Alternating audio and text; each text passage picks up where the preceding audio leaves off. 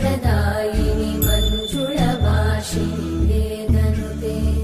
पङ्कजवासिनि देवसुपूजित सद्गुणवर्षिणि शान्तियुते जय जय हे मधुसूदन कामिनि आदिलक्ष्मि जय पालय माम्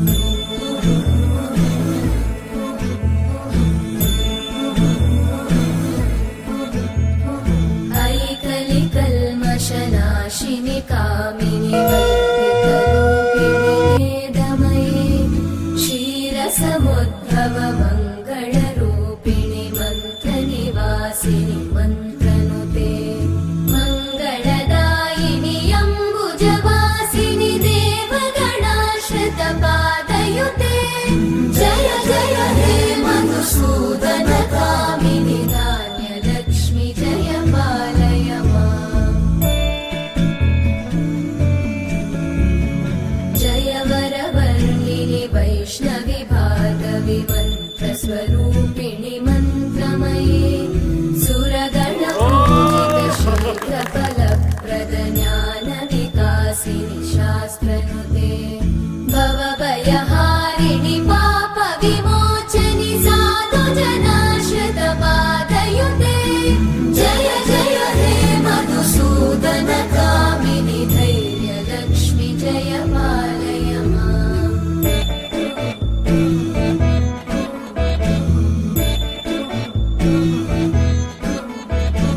जय जय दुर्गतिनाशिनि कामिनि सर्वफलप्रद शास्त्रमये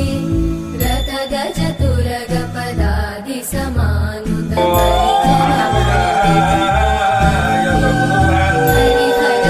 हरिहरब्रह्मसुपूजित सेवित तापनिवारिणि पादयुते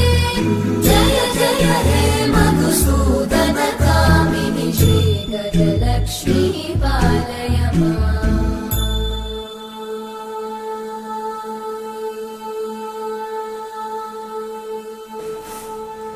ओम श्रीचंडी सिद्धिरूपाशिवाशिवे शंकरे सर्वमाता चारे जारिया सुभद्रा सुभद्रा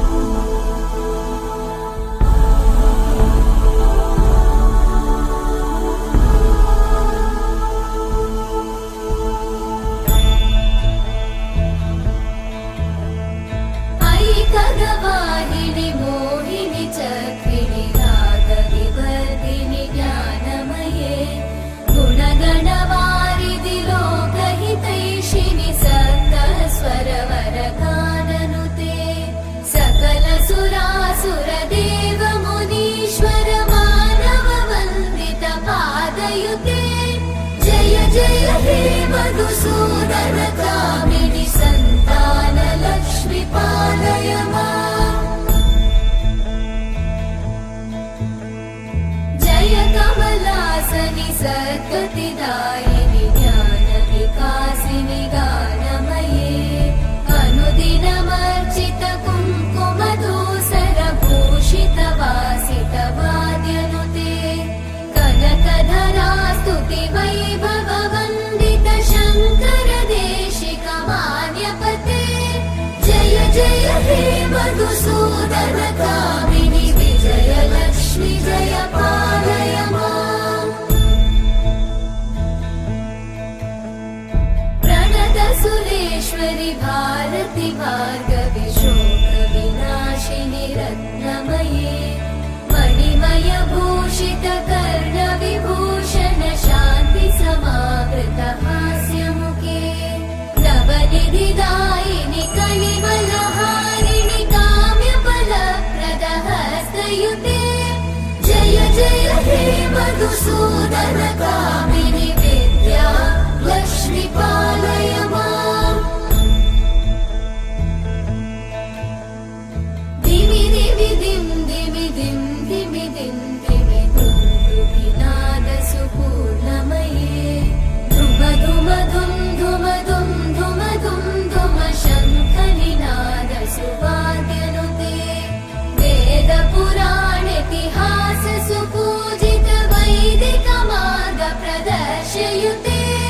जय जय हे मधुसूदन कामिनि श्रीधनलक्ष्मी पालय माम् मधुसूदनकामिनि श्रीधनलक्ष्मी पालय